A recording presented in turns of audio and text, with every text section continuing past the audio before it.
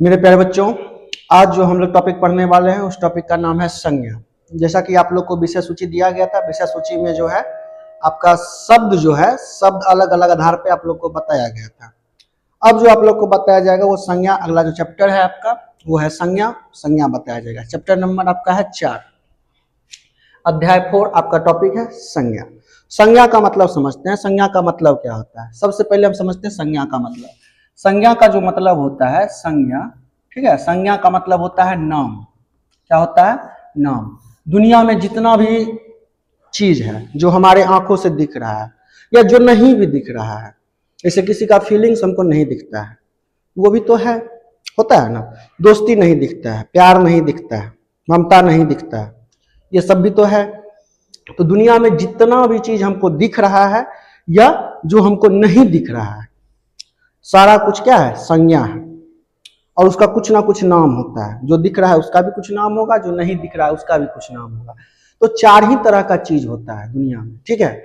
या तो कोई व्यक्ति हो सकता है, या कोई वस्तु हो सकता है, कोई स्थान हो सकता है, या भाव हो सकता है, ठीक है।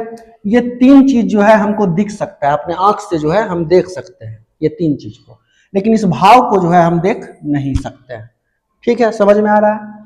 तो यही हम कहते हैं कि किसी व्यक्ति, किसी वस्तु, किसी स्थान या भाव के नाम को, किसको?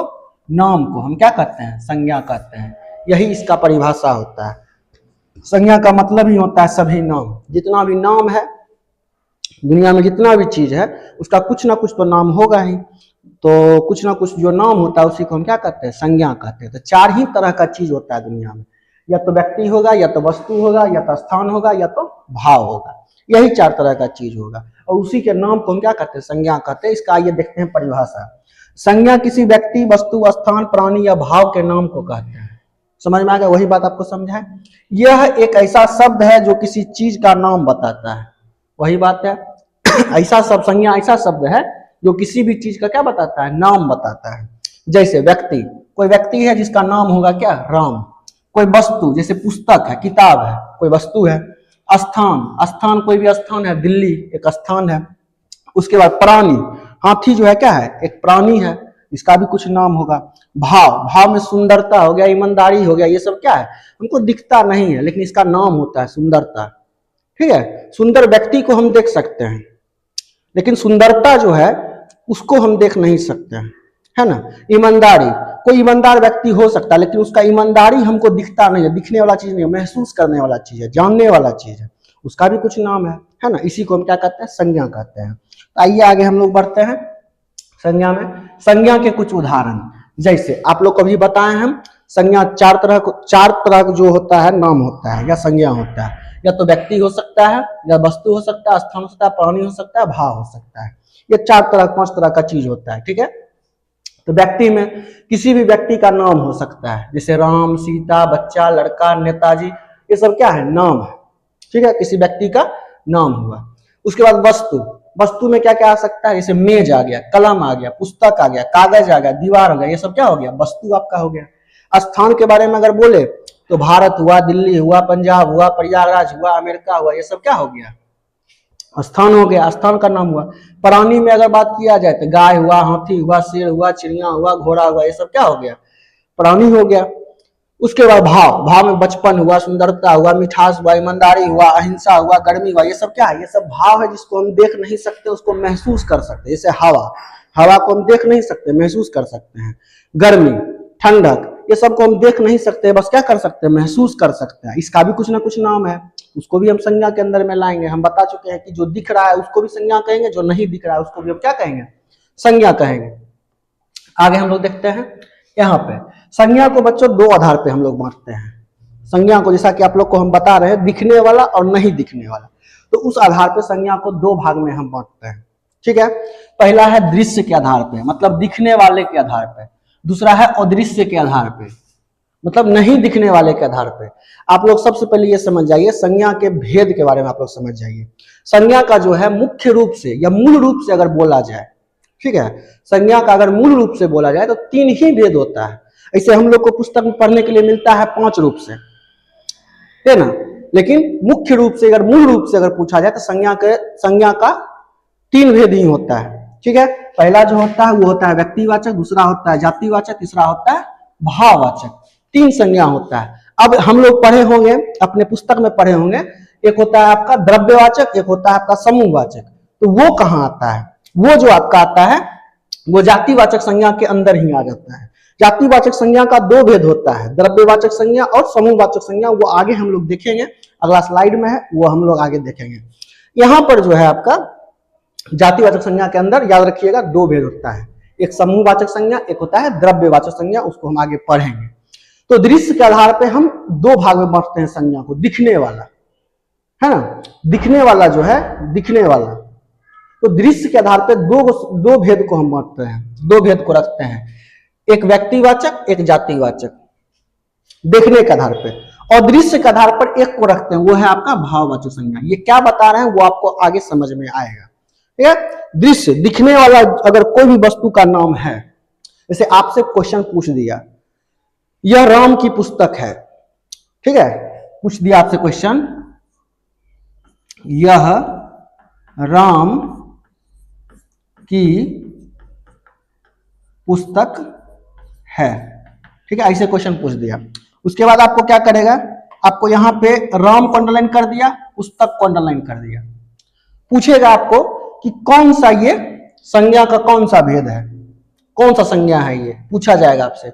जातिवाचक है, व्यक्तिवाचक है, क्या भाववाचक है, कौन सा संज्ञा, ये आपसे पूछा जाएगा। तो सीधा से पहले हमको ये देखना है कि जिसको अंडरलाइन किया है वो दिख रहा है कि नहीं दिख रहा है। जैसे राम, कोई लड़का होगा, कोई व्यक्ति होगा, राम है ना, वो दिख रहा होगा, तो दिख रहा होगा तो हम इसमें आएंगे दृश्य वाले में। या तो राम जो है या तो व्यक्तिवाचक होगा या तो जातिवाचक होगा। समझ में आ रहा है। पुस्तक, पुस्तक जो है आपका किताब है। पुस्तक क्या है? किताब है। पुस्तक जिसको हम छू सकते हैं, देख सकते हैं। तो अगर पुस्तक भी आया तो ये भी किस में आएगा, ये आपका दृश्य में आएगा। दृश्य में मतलब दृश्य के अंदर आएगा तो व्यक्तिवाचक होगा या तो जातिवाचक होगा। जैसे हम बोले राम ईमानदार है, राम ईमानदार है, राम ईमानदार है। तो यहां पे आपको अंडरलाइन कर देगा, मान लीजिए ईमानदार को। तो क्या ईमानदारी जो है, राम का ईमानदारी जो है आपको दिख रहा है? नहीं, ईमानदारी दिखता नहीं। ईमानदारी हम महसूस करते हैं, फील करते हैं कि वो ईमानदार है कि नहीं है। तो ईमानदार को हम देख नहीं सकते हैं, तो ये आ जाएगा अदृश्य में। क्लियर है कि ये भाववाचक संज्ञा ही होगा, क्योंकि अदृश्य में जो होता है एक ही भेद होता है, भाववाचक संज्ञा। तो बताने का मतलब ये था कि जब भी आपको क्वेश्चन पूछा जाएगा, आपका ऑब्जेक्टिव में जो है क्वेश्चन ऐसे ही पूछा जाता है। जैसे दे दिया, एक वाक्य दे दिया, इस वाक्य में आपको पकड़ना है, अंडरलाइन, जिस शब्द को अंडरलाइन कर दिया उस शब्द के बारे में आपको बताना है कि कौन सा संज्ञा है, जातिवाचक है, व्यक्तिवाचक है, भाववाचक है, कौन सा संज्ञा है। तो उसके लिए सबसे पहले हमको 2 आधार पर बांटना होगा उसको, जो हमको अंडरलाइन करके शब्द दिया हुआ है। जैसे यहाँ पर अंडरलाइन करके राम को अंडरलाइन किया है, यहाँ पुस्तक को अंडरलाइन किया है। तो जो अंडरलाइन किया है वो जो शब्द है वो हमको दिख रहा है। अगर दिख रहा है तब इधर साइड जाएंगे, या तो व्यक्तिवाचक होगा या तो जातिवाचक होगा। जैसे यहाँ ईमानदार को अंडरलाइन कर दिया, क्या ईमानदारी दिख रहा है? नहीं, हम किधर जाएंगे? अदृश्य की तरफ जाएंगे, मतलब भाववाचक होगा। इसका एक ही होता है, अदृश्य में एक ही होता है, भाववाचक होता है। अब यहाँ सवाल उठता है कि हम तो देख लिए कि दृश्य है, तो व्यक्तिवाचक होगा ये कब बताएंगे, जातिवाचक होगा ये कब बताएंगे, ये कब पता चलेगा, कैसे पता चलेगा कि व्यक्तिवाचक है कि जातिवाचक है? सवाल ये उठ रहा है। तो इसके लिए हम क्या करेंगे, इसके लिए आगे हम लोग देखते हैं, इसका नियम है। इसका नियम क्या है ये आप लोग देखिए। जैसे व्यक्तिवाचक संज्ञा अगर आप लोग को बताना है तो सबसे पहला नियम क्या बताया है? दृश्य दिखना चाहिए, आंख से दिखना चाहिए। तो पहले दृश्य होना चाहिए और सदैव एक वचन में होना चाहिए। क्या होना चाहिए? सदैव एक वचन में होना चाहिए। इस चीज, ये एक फॉर्मूला है व्यक्तिवाचक संज्ञा का, इसको आप लोग जो है याद रखिएगा।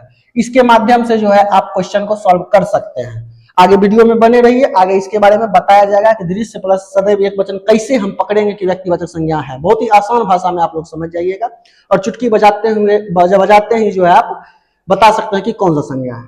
यहाँ देखिए, जातिवाचक संज्ञा का जो फॉर्मूला है वो है दृश्य प्लस बहुवचन, दृश्य प्लस बहुवचन, या यहाँ देख स्लैश है, या वैसा एक वचन जिसका बहुवचन बनाया जा सके, या वैसा एक वचन जिसका बहुवचन हम बना सकते हैं, उसको हम क्या कहेंगे, जातिवाचक संज्ञा। ये आपका जो है जातिवाचक संज्ञा का उदाहरण है। सबको बारी बारी से हम लोग देखेंगे। इस फॉर्मूला को सिर्फ आप लोग देख लीजिए अभी, ठीक है, लिख लीजिए, कॉपी में नोट कर लीजिए, याद कर लीजिए। उसके बाद है आपका भाववाचक। भाववाचक में क्या बताए थे, भाववाचक में सबसे पहले होगा अदृश्य। अगर दिखने वाला नहीं है, फील करने वाला है, तो भाववाचक की तरफ जाएंगे। और एक वचन में है, जो शब्द दिया हुआ है एक वचन में है, तो वो भाववाचक संज्ञा होगा। वही अदृश्य और बहुवचन अगर दे दिया तो एक स्पेशल केस याद रखिएगा कि वो जातिवाचक हो जाएगा। क्या हो जाएगा, वो जातिवाचक हो जाएगा। अगर अदृश्य है और बहुवचन में है तो जातिवाचक हो जाएगा, अदृश्य है एक वचन में है तो भाववाचक हो जाएगा। ये सब क्या है, इस चीज को हम लोग आगे स्लाइड में देखते हैं और समझने का प्रयास करते हैं। तो आगे देखते हैं यहाँ पे क्या है। पहला था आपका व्यक्तिवाचक संज्ञा, जिसका फॉर्मूला आप लोग को बता चुके हैं।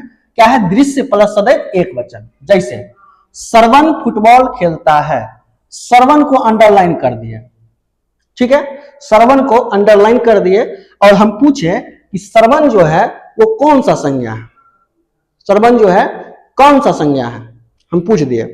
तो यहां सोचने वाली बात यह है, सबसे पहले हम दिमाग लगाएंगे कि श्रवण कोई व्यक्ति होगा, कोई व्यक्ति होगा, किसी व्यक्ति का नाम होगा, और जो व्यक्ति है वो हमको दिख रहा है, दिखता है व्यक्ति तो दिखेगा, तो दिखेगा तो हम बताए हैं जब भी दिखेगा तो सबसे पहले हम कहां जाएंगे, दृश्य वाला हम कौन कौन सा था, या तो व्यक्तिवाचक होगा या तो जातिवाचक होगा। अब व्यक्तिवाचक के लिए फॉर्मूला हम आप लोग को बताए हैं कि दृश्य प्लस सदैव एक वचन।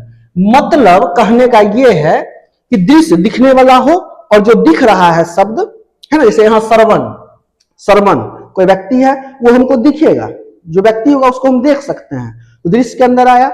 और सदैव एक वचन, मतलब कि ये जो है श्रवण जो है सदैव एक वचन में ही रहेगा, वो बहुवचन इसका हम नहीं बना सकते हैं, कुछ भी कर ले इसका हम बहुवचन नहीं बना सकते। श्रवण को श्रवणे बोल सकते हैं, श्रवणेय बोल सकते हैं, नहीं बोल सकते हैं। इसीलिए श्रवण का जो हम कभी बहुवचन नहीं बना सकते हैं, और श्रवण को अंडरलाइन कर दिया कि कौन सा संज्ञा है, तो हम डायरेक्ट बोलेंगे क्या, व्यक्तिवाचक संज्ञा है। क्योंकि व्यक्तिवाचक का हम नियम आप लोग को बता चुके हैं कि दृश्य प्लस सदैव एक वचन, दृश्य प्लस सदैव एक वचन, मतलब जिसका हम बहुवचन बना नहीं सकते हैं। जैसे पुष्कर मेला मेरा दोस्त है, यहां पुष्कर को अंडरलाइन कर दिया। पुष्कर कोई लड़का होगा, होगा कि नहीं होगा, पुष्कर कोई लड़का होगा, कोई व्यक्ति होगा, उसको हम देख सकते हैं, देख सकते हैं तो या तो व्यक्तिवाचक होगा या तो जातिवाचक होगा। तो व्यक्तिवाचक के लिए नियम क्या है कि दृश्य दिखने वाला होना चाहिए। पहला चीज तो हम खोजेंगे कि दिख रहा है कि नहीं, तो ये एक चीज तो फाइनल हो गया, दिख रहा है। सदैव एक वचन, ये सदैव एक वचन में है कि नहीं है, बहुवचन इसका बन सकता है।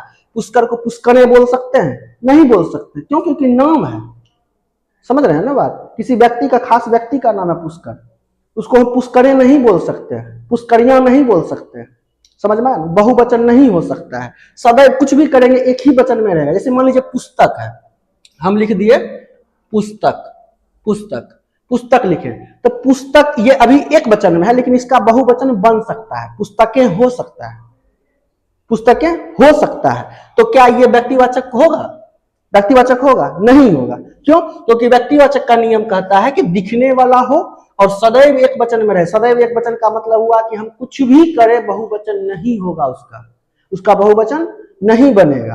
ये दिमाग में आप रख लीजिए। तो यहाँ पे पुष्कर जो है, पुष्कर एक कोई व्यक्ति है, उसका नाम है, और उसका जो है हम बहुवचन नहीं बना सकते हैं। जयशंकर प्रसाद एक उपन्यासकार है, जयशंकर प्रसाद को अंडरलाइन कर दिया और पूछेगा कौन सा संज्ञा है। क्वेश्चन ऐसा ही देता है, ऑब्जेक्टिव में आपको दे देगा ऑप्शन में कौन सा संज्ञा है बताइए। तो जयशंकर प्रसाद कोई आदमी है, कोई आदमी है, और कौन सा संज्ञा है, जयशंकर प्रसाद दिख रहा होगा, दृश्य हो गया। और जयशंकर प्रसाद जो है हमेशा एक ही वचन में रहेगा, सदैव एक वचन में रहेगा, तो व्यक्तिवाचक संज्ञा हो गया। श्रवण भी व्यक्तिवाचक संज्ञा हो गया, पुष्कर भी व्यक्तिवाचक संज्ञा हो गया। मैसी फुटबॉल के महान खिलाड़ी हैं, यहाँ मैसी जो है, मैसी जो है फुटबॉल के महान खिलाड़ी हैं, ठीक है। यहां पर जो है मेसी कोई नाम है, मेसी कोई व्यक्ति है, और ये फुटबॉल खेलता है, तो उसको हम देख सकते हैं, मेसी को देख सकते हैं। और मेसी का जो है बहुवचन भी नहीं बना सकते, कुछ भी करेंगे वो एक ही वचन में रहेगा, सदैव एक ही वचन में रहेगा। तो इस नियम को फॉलो किया, तो क्या हो जाएगा, व्यक्तिवाचक संज्ञा हो जाएगा। सचिन तेंदुलकर को मास्टर ब्लास्टर के नाम से भी जाना जाता है। सचिन तेंदुलकर को मास्टर ब्लास्टर के नाम से भी जाना जाता है। तो सचिन तेंदुलकर जो है, ये अंडरलाइन करके आपसे पूछेगा कि कौन सा संज्ञा है, हम बता देंगे सचिन तेंदुलकर कोई व्यक्ति है जिसको हम देख सकते हैं। तो ये नियम को फॉलो किया, फिर सदैव एक ही वचन में रहेगा, ठीक है। तो ये आपका हो जाएगा व्यक्तिवाचक संज्ञा। कपिल देव इतिहास के सबसे अच्छे बल्लेबाज हैं। यहाँ कपिल देव जो है, कपिल देव कोई खिलाड़ी है, क्रिकेट के खिलाड़ी है, उसको हम देख सकते हैं। तो इस नियम को फॉलो किए और सदैव एक ही वचन में रहेगा। कपिल देव का बहुवचन नहीं बना सकते हैं, इसलिए सदैव एक वचन में रहेगा। तो इस नियम को पूरा तरह से फॉलो किया, पूरा नियम को फॉलो किया, हम बता देंगे कि व्यक्तिवाचक है। ज्यादा इसमें टेंशन लेने वाली कोई बात नहीं।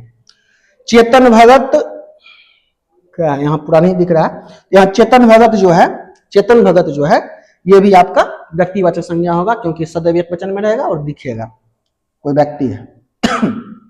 आगे देखते हैं। मैंने आज एक हिंदी की किताब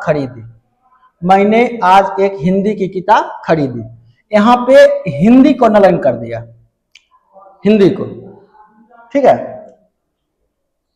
हिंदी की किताब, मैंने आज एक हिंदी की किताब खरीदी, इसको छोड़िए।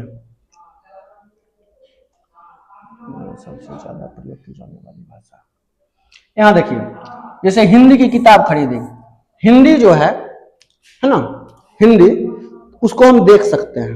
हिंदी को क्या कर सकते हैं, देख सकते हैं, ठीक है। उसके बाद यहाँ पर जो है हिंदी जो है हमेशा सदैव एक ही वचन में रहेगा, इसका बहुवचन हम बना नहीं सकते हैं, इसलिए ये हो जाएगा व्यक्तिवाचक संज्ञा। समझ में आ रहा है। उसके बाद इंग्लिश दुनिया में सबसे ज्यादा प्रयोग की जाने वाली भाषा है। इंग्लिश दुनिया में सबसे ज्यादा प्रयोग की जाने वाली भाषा है। यहाँ इंग्लिश को अंडरलाइन कर देगा। इंग्लिश को भी हम देख सकते हैं, इंग्लिश का लिखावट देख सकते हैं कि नहीं, और सदैव एक वचन में ही रहेगा इंग्लिश, इसलिए व्यक्तिवाचक संज्ञा हो गया। मुझे हिंदी में बात करना बहुत पसंद है, फिर हिंदी, समझ रहे हैं बात, यहाँ समझा दिए थे। भारत की राष्ट्रभाषा हिंदी है, यहाँ या तो भारत को अंडरलाइन कर दिया या तो हिंदी को अंडरलाइन कर दिया। हिंदी का तो आप समझ चुके हैं। भारत जो है, भारत को एक देश है, स्थान है।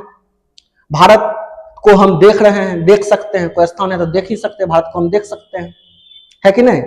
और ये सदैव एक ही वचन में रहेगा। भारत को भारतें या भारतीयां नहीं बोल सकते हैं, समझ में आ रहा है ना बात, भारतीयां नहीं बोल सकते हैं, सदैव एक ही वचन में रहेगा।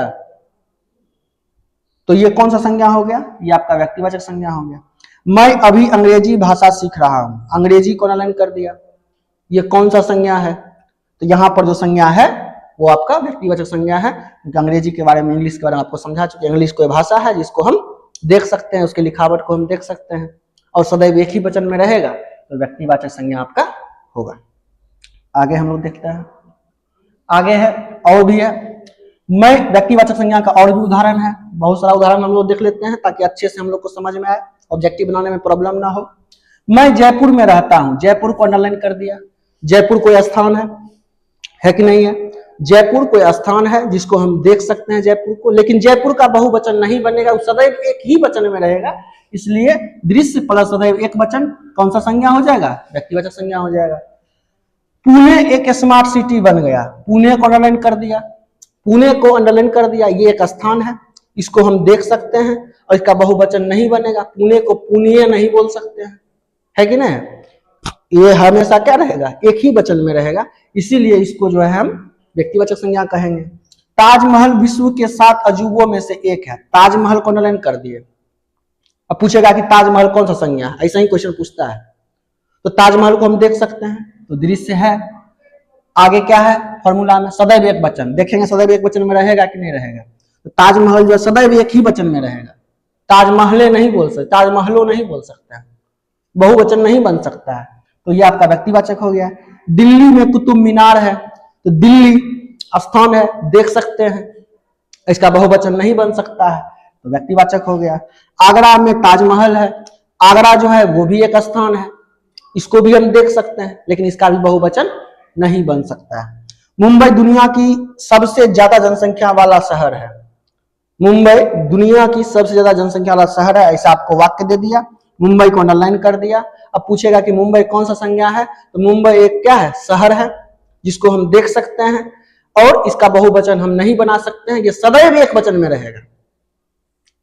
और दृश्य है, दिख रहा है, सदैव एक वचन में जो रहता है उसको हम क्या कहते हैं, व्यक्तिवाचक संज्ञा कहते हैं। फॉर्मूला के अनुसार बन रहा है। आगे हम लोग देखते हैं। आगे अब आपका आता है जातिवाचक संज्ञा। अब आपका क्या आता है, जातिवाचक संज्ञा। जातिवाचक संज्ञा में क्या होता है, दृश्य हम बता चुके हैं, दृश्य में कितना आता है, दो आता है, एक व्यक्तिवाचक एक जातिवाचक। तो जातिवाचक में भी दृश्य आएगा। जातिवाचक का भी फॉर्मूला है दृश्य प्लस बहुवचन। दिख रहा है और बहुवचन में है तो डायरेक्ट हम मार देंगे जातिवाचक है। अगर दिख रहा है अब बहुवचन में नहीं है, एक वचन में है, लेकिन उसका हम बहुवचन बना सकते हैं। बात समझना है। जैसे हम एक उदाहरण दिए थे, पुस्तक, क्या बोले थे, पुस्तक, पुस्तक। ये अभी क्या है, अभी एक वचन में है। किसमें है, एक वचन में। लेकिन क्या इसका हम बहुवचन नहीं बना सकते हैं, पुस्तकें नहीं लिख सकते हैं, पुस्तकें लिख सकते हैं, बहुवचन बना सकते हैं। तो यहां वही फॉर्मूला कहता है दृश्य प्लस बहुवचन।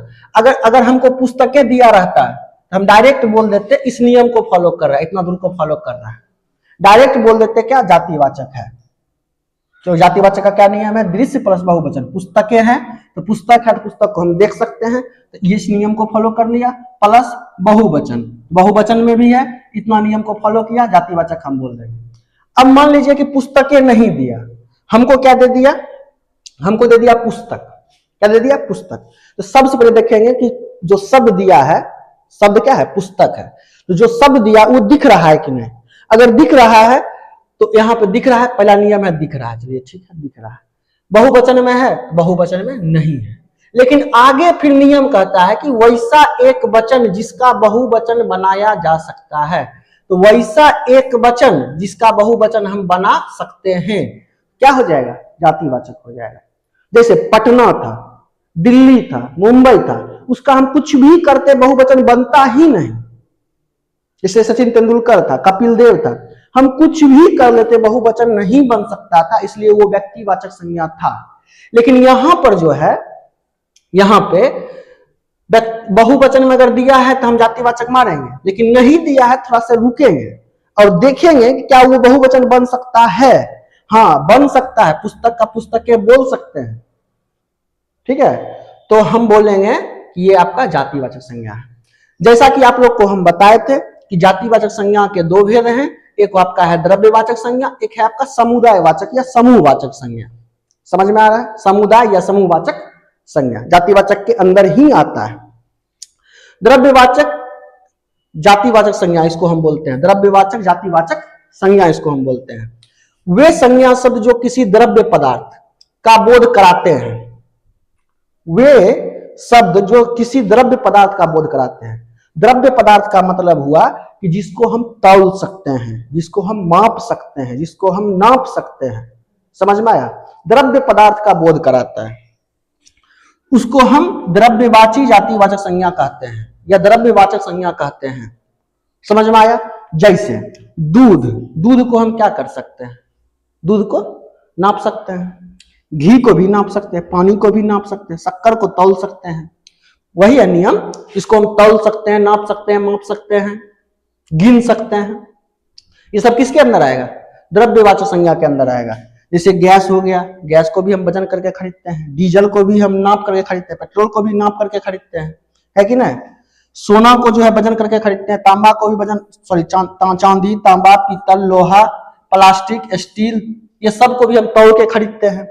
तेल जो है इसको भी माप के खरीदते हैं। ये सारा जितना भी उदाहरण है, ये सारा आपका किस संज्ञा का है, जातिवाचक, सॉरी द्रव्यवाचक जातिवाचक संज्ञा का उदाहरण है, या डायरेक्ट बोल सकते हैं द्रव्यवाचक संज्ञा का उदाहरण ये सब है, जिसको हम माप तौल सकते हैं। समझ में आ रहा है ना, माप तौल सकते हैं, नाप सकते हैं, माप सकते हैं।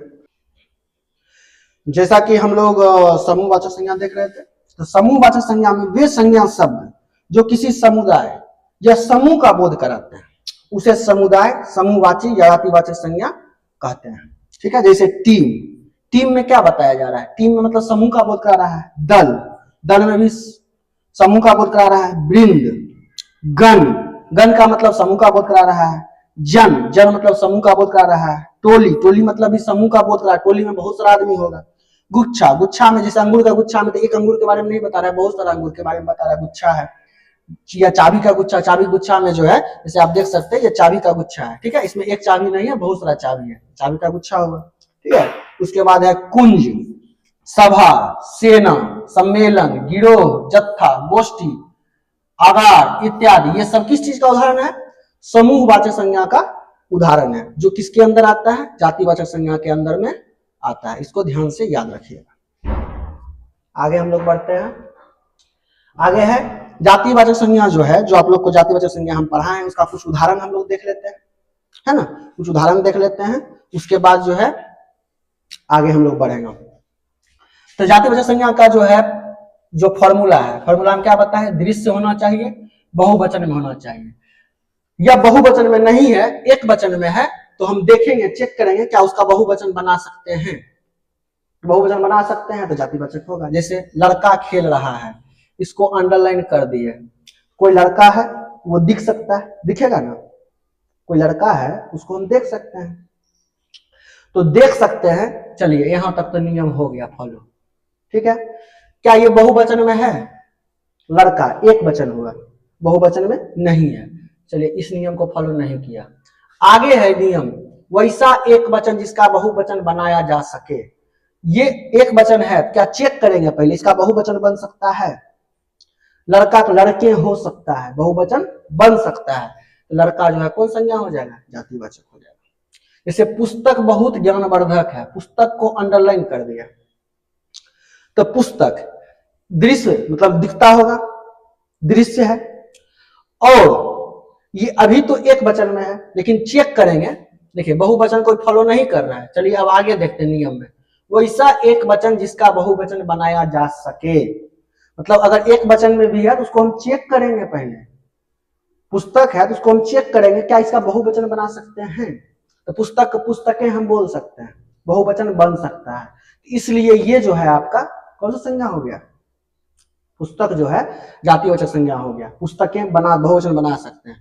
नदी बह रही है, नदी जो है, नदी को हम देख सकते हैं, नदी का बहुवचन भी हम बना सकते हैं। अब तो आपको समझ में आ गया होगा ये फॉर्मूला, तो नदी का बहुवचन हम बना सकते हैं, क्लियर है।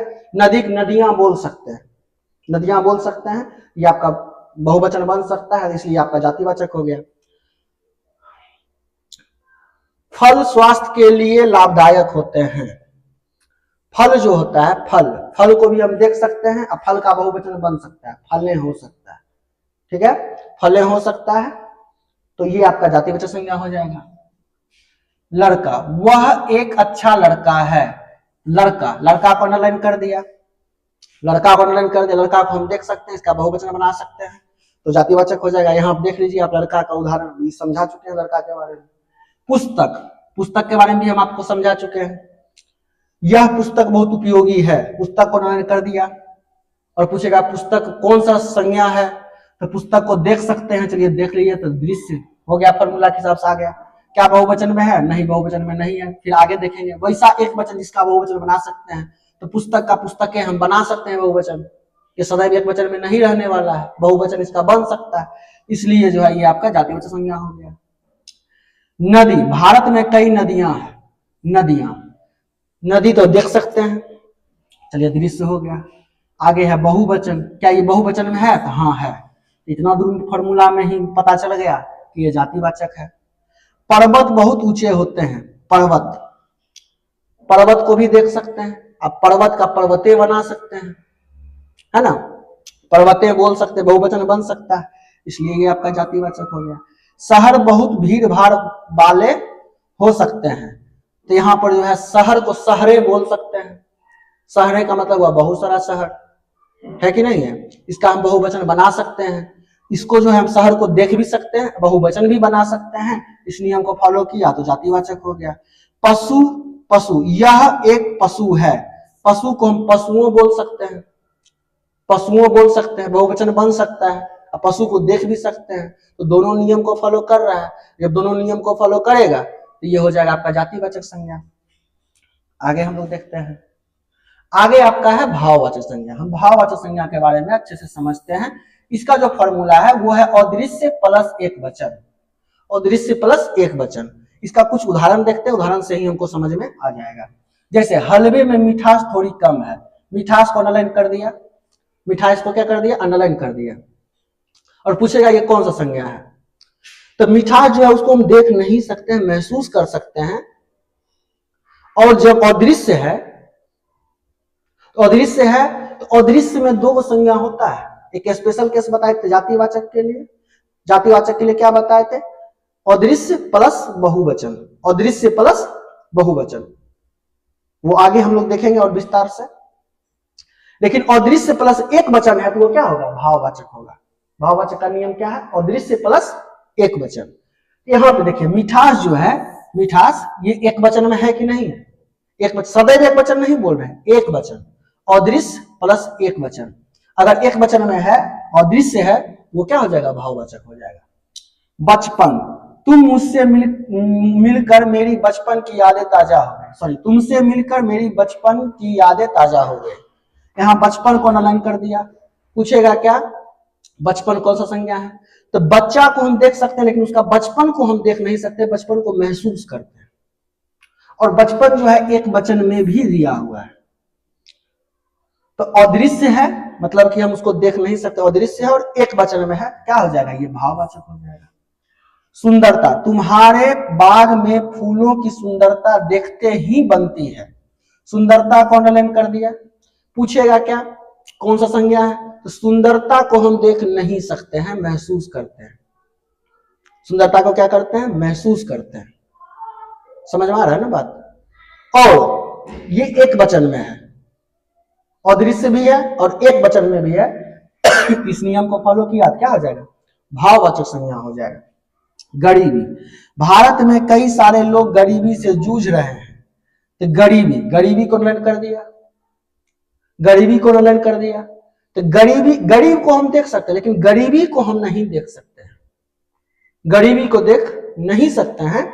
अदृश्य है अब प्लस एक वचन में है, अदृश्य है एक वचन में है, क्या हो जाएगा, भाववाचक संज्ञा हो जाएगा। साहस, साहस का अर्थ भय का अभाव नहीं बल्कि उसका सामना करने की क्षमता है। साहस को अंडरलाइन कर दिया। पूछेगा कि साहस जो है कौन सा संज्ञा है। तो किसी के साहस को हम देख नहीं सकते हैं, महसूस करते हैं कि वो साहसी है। समझ में आ रहा है ना। तो ये अदृश्य है और एक वचन में है। साहस क्या है, साहस जो आपका है वो अदृश्य है और एक वचन में है, इसलिए क्या हो जाएगा, भाववाचक। बुढ़ापा, बुढ़ापा जो है, बुढ़ापा को हम बूढ़ा आदमी को देख सकते हैं लेकिन उसके बुढ़ापे को हम नहीं देख सकते हैं, बुढ़ापे को महसूस कर सकते हैं। तो यहाँ बुढ़ापा जो है वो भी क्या है, अदृश्य है और एक वचन में है, इसलिए ये क्या हो जाएगा, भाववाचक संज्ञा का उदाहरण हो जाएगा। आगे हम लोग बढ़ते हैं। अब समझते हैं हम स्पेशल केस जो बताए थे। भाववाचक संज्ञा अदृश्य एक वचन और अदृश्य बहुवचन, ये है क्या, ये समझते हैं। जैसे कुर्बानी है, क्या लिखा हुआ, कुर्बानी। तो कुर्बानी कोई देता है, देश के लिए कोई कुर्बान हो गया, कुर्बानी दिया, तो उसको हम देख नहीं सकते हैं, बस महसूस करते हैं। अदृश्य हुआ, देख नहीं सकते हैं तो अदृश्य हुआ, इसको नहीं देख सकते उसको अदृश्य कहते हैं। इस नियम को फॉलो किया। और ये क्या है, एक वचन में दिया हुआ है, तो इसको हम कौन सा संज्ञा बोलेंगे, इसको हम बोलेंगे भाववाचक संज्ञा है। जैसे जवानी, किसी जवान आदमी को हम देख सकते हैं लेकिन उसके जवानी को देख नहीं सकते, उसके जवानी को हम महसूस कर सकते हैं कि ये जवान है, जवानी। समझ में आया ना बात। तो ये भी अदृश्य है और एक वचन में है। तो जब तक एक वचन में है, अदृश्य है, वो भाववाचक संज्ञा होगा। मेहरबानी, कोई मेहरबानी करता है हम पे, तो मेहरबानी को जो है हम देख नहीं सकते हैं, महसूस करते हैं कि वो मेहरबानी हम पे किया। समझ में आ रहा है बात। उसको हम क्या कर सकते हैं, महसूस कर सकते हैं। ये भी अदृश्य है और क्या है, एक वचन में है। क्या है, एक वचन में है, इसलिए इसको हम कहेंगे अदृश्य प्लस एक वचन, क्या कहेंगे इसको, भाववाचक। अब इसी को देखते हैं हम। कुर्बानी को हम बोल सकते हैं कुर्बानियां, क्या बोल सकते हैं, कुर्बानियां, बहुत सारी कुर्बानियां, मतलब बहुत सारी कुर्बानी मिलकर क्या बनेगा, कुर्बानियां। तो इसका जो है बहुवचन बना सकते हैं। इसका बहुवचन बनाया जा सकता है। तो अदृश्य भी है, जैसे कुर्बानी अगर अदृश्य है तो कुर्बानियां भी अदृश्य होगा, अदृश्य भी है और बहुवचन में दिया हुआ है, बहुवचन में दिया हुआ है तो क्या हो जाएगा, जातिवाचक हो जाएगा। वही चीज अगर एक वचन में दिया हुआ है, वही चीज एक वचन में दिया हुआ है तो भाववाचक होगा, वही चीज बहुवचन में दिया हुआ है तो जातिवाचक हो जाएगा। यहाँ भी जवानी है, जवानी जवानियां बोल सकते हैं, बहुत सारी जवानी, ये भी अदृश्य है लेकिन बहुवचन में है तो क्या हो जाएगा, जातिवाचक हो जाएगा। मेहरबानी को मेहरबानियां बोल सकते हैं, है कि नहीं है? तो मेहरबानी को मेहरबानियां बोल सकते हैं, जब तक एक वचन में था तो भाववाचक था, जैसे ही बहुवचन में हुआ क्या हो गया, जातिवाचक हो गया। ये एक स्पेशल केस है जातिवाचक को लेकर के, इसको आप लोग याद रखिएगा। अगर अदृश्य है एक वचन में है तो भाववाचक होगा, अदृश्य है बहुवचन में है तो जातिवाचक होगा, इसको याद रखिएगा। आगे बढ़ते हैं। अब जो है जितना भी हम लोग संज्ञा पढ़े हैं, संज्ञा में जितना भी सारा कुछ हम पढ़े हैं उसका परिभाषा हम लोग देख लेते हैं। टोटल परिभाषा जो है आप लोग वीडियो को रोक करके जो है उसका परिभाषा आप कॉपी में नोट कर लीजिए, ताकि आप लोग को आगे प्रॉब्लम ना हो, बार बार वीडियो देखना ना पड़े, और आप कॉपी को निकाल करके जो है अपने से खुद से जो है उसको फिर से रिवीजन कर सकें। ठीक है, आगे देखते हैं। संज्ञा के मुख्यतः तीन भेद है, जैसा कि आपको शुरुआत में ही वीडियो के शुरुआत में बताया गया था। संज्ञा के मुख्य रूप से कितना भेद है, मूल रूप से कितना भेद है, तीन भेद है। पहला आपका जातिवाचक है, पहला आपका व्यक्तिवाचक है, फिर जातिवाचक है, फिर आपका भाववाचक है। और जातिवाचक के अंदर ही आ जाता है समुदाय या समूहवाचक और द्रव्यवाचक। समझ में आया ना बात? देखिए यहाँ क्या लिखा हुआ है, मुख्य रूप से कितना भेद है, तीन भेद है, जातिवाचक संज्ञा, व्यक्तिवाचक संज्ञा और भाववाचक संज्ञा। परंतु अंग्रेजी व्याकरण के प्रभाव के कारण कुछ विद्वान संज्ञा के दो भेद और मानते हैं, जिसका नाम क्या है, समुदायवाचक और समूहवाचक संज्ञा। समुदायवाचक या समूहवाचक और द्रव्यवाचक संज्ञा, ये दो संज्ञा को जो है कुछ विद्वान जो है अलग से मानता है। क्यों? क्योंकि जब हम अंग्रेजी में पढ़ते हैं नाउन, उसमें 5 नाउन के बारे में हमको पढ़ना रहता है, तो उसी के प्रभाव के कारण जो है दो अलग से भी नाउन संज्ञा में भी, हिंदी में भी जो है, हिंदी ग्रामर में, हिंदी व्याकरण में भी हम लोग को दो अलग से संज्ञा हम लोग को पढ़ना पड़ता है। एक आपका द्रव्यवाचक है, एक समूहवाचक है। हम यदि अगर हमको संज्ञा का भेद डायरेक्ट नॉर्मली पूछा जाए हम बोलेंगे 5 है, व्यक्तिवाचक, जातिवाचक, भाववाचक, द्रव्यवाचक, समूहवाचक। अगर मूल रूप से पूछे या मुख्य रूप से पूछे तब 3 ही बोलेंगे, व्यक्तिवाचक, जातिवाचक, भाववाचक। ये बात को आप नोट कर लीजिए, ध्यान रखिएगा। आगे बढ़ते हैं। व्यक्तिवाचक संज्ञा, इसका परिभाषा हम लोग जान लेते हैं। जिस संज्ञा शब्द से किसी विशेष व्यक्ति, स्थान या वस्तु का बोध होता है। किसी विशेष व्यक्ति मतलब पर्सनल यूज के लिए, अगर कोई पर्सनल किसी का नाम है, किसी स्थान का नाम है, किसी वस्तु का नाम है, पर्सनल नाम है, समझे? व्यक्तिवाचक का मतलब क्या? व्यक्तिगत। व्यक्तिगत का मतलब पर्सनल। समझ में आ रहा है ना बात? जैसे मेरा नाम लक्ष्मण है, मेरा पर्सनल नाम है लक्ष्मण नाम से हम पहचाने जाएंगे, है कि नहीं है? तो वही चीज है कि किसी विशेष व्यक्ति मतलब उसी के बारे में बात हो रहा है, उसी व्यक्ति के बारे में बात हो रहा है। विशेष व्यक्ति या स्थान या वस्तु का जब बोध होता है तो उसे व्यक्तिवाचक संज्ञा कहते हैं। यह किसी एक व्यक्ति या वस्तु को एक विशिष्ट पहचान देती है। जैसे राम, दिल्ली या ताजमहल। जैसे राम कोई लड़का है, राम नाम का कोई लड़का है, वो उसका पर्सनल नाम है। राम जो है उसका पर्सनल नाम है। राम नाम से कोई एक विशेष व्यक्ति पहचाना जा रहा है। जैसे मेरा नाम लक्ष्मण है तो लक्ष्मण नाम से मैं पहचाना जा रहा हूं। उसी तरह से दिल्ली एक विशेष शहर है और दिल्ली के नाम से वो पहचाना जा रहा है। समझ में आ रहा है? ताजमहल क्या है? एक मकबरा है, कब्र है ताजमहल। और ताजमहल जो है वो कोई विशेष मकबरा है, विशेष जो है एक महल है, संगमरमर का व्हाइट कलर का बना हुआ है, एक विशेष महल है जिसको ताजमहल के नाम से जाना जा रहा है। उसको हम क्या कहेंगे? व्यक्तिवाचक। जिस संज्ञा शब्द से किसी विशेष व्यक्ति, वस्तु, स्थान का बोध होता है उसको हम व्यक्तिवाचक संज्ञा कहते हैं। यही इसका परिभाषा है। आगे हम लोग देखते हैं, आगे है जातिवाचक संज्ञा। जातिवाचक संज्ञा वह है जो किसी एक व्यक्ति, वस्तु, स्थान या प्राणी के पूरी जाति या वर्ग का बोध कराती है। अभी तक हम लोग जो देखे हैं, पिछले स्लाइड में जो हम लोग देखे हैं, उसमें हम ये देखे थे कि कौन सा संज्ञा को, तो संज्ञा को हम कैसे पहचानेंगे वो सब देखे। लेकिन जब बात परिभाषा का आएगा तब ये परिभाषा आप लोग को काम देगा। परिभाषा जरूर लिख लीजिएगा और जो फॉर्मूला है उसको भी लिख लीजिएगा, और जितना भी स्लाइड में दिया हुआ सारा कुछ आप लोग लिख लीजिएगा। क्लियर है? तो पूरी जाति या वर्ग का बोध कराता है। ये शब्द किसी एक के बजाय पूरे समूह या समूह सामान्य नाम होते हैं, समूह का सामान्य नाम होते हैं। उदाहरण के लिए लड़का, लड़का का मतलब हुआ कोई एक व्यक्ति के बारे में नहीं बताया जा रहा है, पूरा लड़का समूह के बारे में बताया जा रहा है। लड़की, पूरा लड़की के समूह के बारे में बताया जा रहा है। आप जब क्लास में पढ़ते हैं तो लड़का के बारे में बोल रहा है तो पूरा लड़का के समूह के बारे में, पूरा लड़का के बारे में बोल रहा है, एक लड़का के बारे में नहीं बोल रहा है, बहुत लड़का के बारे में बोला जा रहा है। लड़की मतलब एक लड़की के बारे में नहीं बोला जा रहा है, बहुत लड़की के बारे में बोला जा रहा है। समूह के, लड़की के समूह का बोध करा रहा है। समझ में आ रहा है ना बात? लड़की जाति, पूरा लड़की जाति का बोध कराया जा रहा है। वही मान लीजिए किसी लड़की का नाम अगर ले लेता, राधा नाम ले लिया जाता है ना, तो यहाँ पे पर्सनल यूज हो गया नाम उसका, मतलब खास राधा के लिए यूज हो रहा है, विशेष राधा के लिए यूज हो रहा है नाम उसका, तो उसको हम व्यक्तिवाचक कहते हैं। अगर हम लड़की बोल दिए तो किसी खास व्यक्ति, किसी विशेष लड़की के बारे में नहीं बात हो रहा है। यहां जो बात हो रहा है पूरे लड़की के समूह के बारे में बात हो रहा है। सो इसलिए इसको हम कहेंगे जातिवाचक संज्ञा। क्योंकि यह किसी एक लड़के का नाम ना होकर सभी लड़कों की जाति को दर्शाता है। यही बात आपको समझा है। किसी एक लड़का का नाम ना होकर के जो है पूरा लड़का जाति के बारे में बता रहा है, पूरा लड़का, सब लड़का के बारे में बोल रहा है। मनुष्य, लड़का, लड़की, आदमी, औरत, बच्चा, बूढ़ा, जवान आदि, ये सब क्या है? ये सब जातिवाचक संज्ञा का उदाहरण है।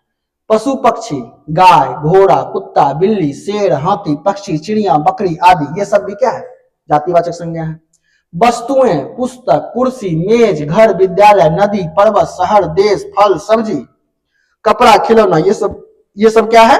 ये सब आपका जातिवाचक संज्ञा का उदाहरण है। इसको आप नोट कर लीजिएगा। समझ में आ रहा है? आगे हम लोग बढ़ते हैं। ये आपका लास्ट है, आपका है भाववाचक संज्ञा। द्रव्यवाचक संज्ञा का तो आपको बता ही चुके हैं और समूहवाचक संज्ञा का तो आपको बता ही चुके हैं। दोनों तो पहले ही आपका परिभाषा बताया जा चुका है, उसको समझाया भी जा चुका है। अब लास्ट में आप लोग देखिए भाववाचक संज्ञा। भाववाचक संज्ञा में क्या होता है?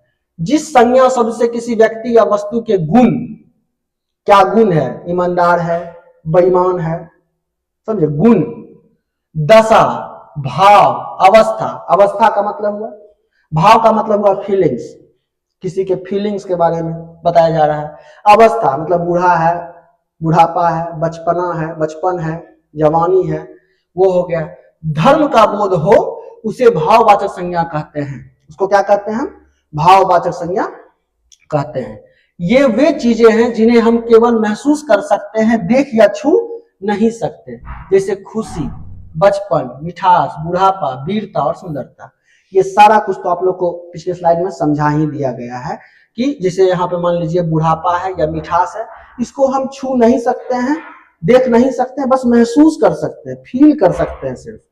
और जिसको हम देख नहीं सकते हैं वो अदृश्य होता है, और अदृश्य के अंदर में जो आता है आपका भाववाचक आता है। और स्पेशल केस में जो है आपका जातिवाचक भी आता है। कब आएगा? जब बहुवचन रहेगा तब, और एक वचन में रहेगा तब क्या आएगा? भाववाचक आएगा। यही आपका था संज्ञा। आपका संज्ञा जो है पूरी तरह से समाप्त हो चुका है। उम्मीद है कि आपको ये वीडियो अच्छे से समझ में आया होगा। यदि आप लोग को समझ में नहीं आता है तो आप कमेंट जरूर करें, कमेंट में लिखिए कि समझ में नहीं आया। यदि समझ में आ रहा है तो आप वीडियो को लाइक भी कर सकते हैं, चैनल को सब्सक्राइब भी कर सकते हैं और अपने दोस्तों के पास शेयर भी कर सकते हैं। ठीक है? और नहीं समझ में आ रहा है आप डिसलाइक भी कर सकते हैं, कोई दिक्कत नहीं है। और जो है आपका जो है ये आपका संज्ञा पूरा आपका समाप्त हो चुका है। ठीक है? उम्मीद है कि आप लोग को ये समझ में आया होगा। और बता रहे थे कि जितना भी बताया जा रहा है, जो भी आपको बताया जा रहा है, सारा को नोट करना नहीं भूलिए, सारा वीडियो को रोक रोक करके जो है आप नोट जरूर कीजिए। और आप लोग के लिए जो है एप्लीकेशन लाइव है प्ले स्टोर में सक्सेस पॉइंट के नाम से, ठीक है, success point, success point, success point के नाम से जो है आपका एप्लीकेशन जो है लॉन्च हो चुका है। आप एप्लीकेशन को भी डाउनलोड कर सकते हैं, उसमें इनरोल हो सकते हैं, और इनरोल होने के बाद जो है फ्री का वीडियो वहां पे डाला हुआ है, फ्री का टेस्ट डाला हुआ है, फ्री का पीडीएफ, ये सारा पीडीएफ जो है आपको वहां पे मिल जाएगा। फ्री का पीडीएफ भी डाला हुआ है, आप उसको भी डाउनलोड करके जो है आप नोट कर सकते हैं। अगर वीडियो रोक रोक करके लिखने में आपको प्रॉब्लम हो रहा है तो पीडीएफ को जो है डाउनलोड करके जो है आप पढ़ सकते हैं। क्लियर है? इस ऐप के बारे में आप लोग को बता देते हैं, ऐप कैसा दिखता है। आप लोग देख सकते हैं यहाँ पे आप लोग को दिखाते हैं। प्ले स्टोर में जाइएगा तो आपका ऐप जो है ऐसा दिखता है, सक्सेस पॉइंट ऐसा दिखेगा आपको ऐप, ठीक है। यहाँ पर